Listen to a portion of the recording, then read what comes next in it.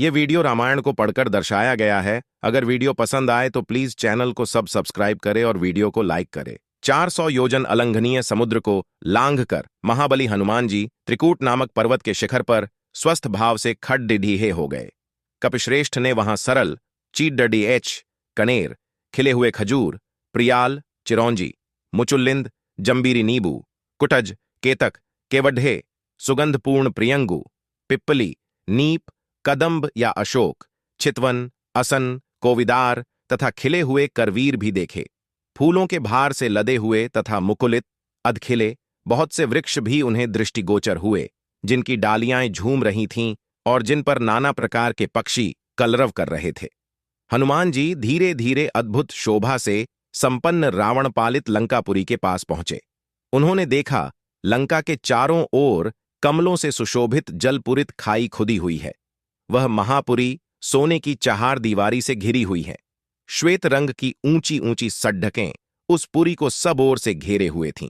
सैकद्धों गगनचुंबी अट्टालिकाएं ध्वजा पताका फहराती हुई उस नगरी की शोभा बढ़ा रही हैं।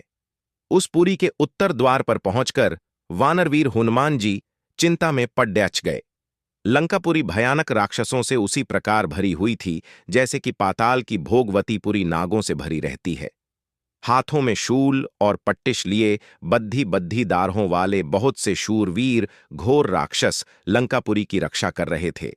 नगर की इस भारी सुरक्षा, उसके चारों ओर समुद्र की खाई और रावण जैसे भयंकर शत्रु को देखकर हनुमान जी विचार करने लगे कि यदि वानर वहां तक आ जाएं तो भी वे व्यर्थ ही सिद्ध होंगे, क्योंकि युद्ध द्वारा देवता भी लंका पर विजय नहीं पा सकते।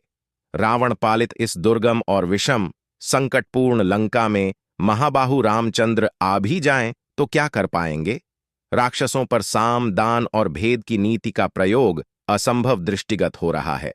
यहां तो केवल 4 वेगशाली वानरों अर्थात बालीपुत्र अंगद, नील, मेरी और बुद्धिमान राजा सुग्रीव की ही पहुंच हो सकती है। अच्छा, पहले यह तो पता लगाऊं कि विदेह कुमारी सीता जीवित भी है या नहीं। जनक किशोरी का दर्शन करने के पश्चात ही मैं इस विषय में कोई विचार करूंगा। उन्होंने सोचा कि मैं इस रूप से राक्षसों की इस नगरी में प्रवेश नहीं कर सकता, क्योंकि बहुत से क्रूर और बलवान राक्षस इसकी रक्षा कर रहे हैं। जानकी की खोज करते समय मुझे स्वयं को इन महातेजस्वी, महापराक्रमी और बलवान राक्षसों से गुप्त रखना होगा।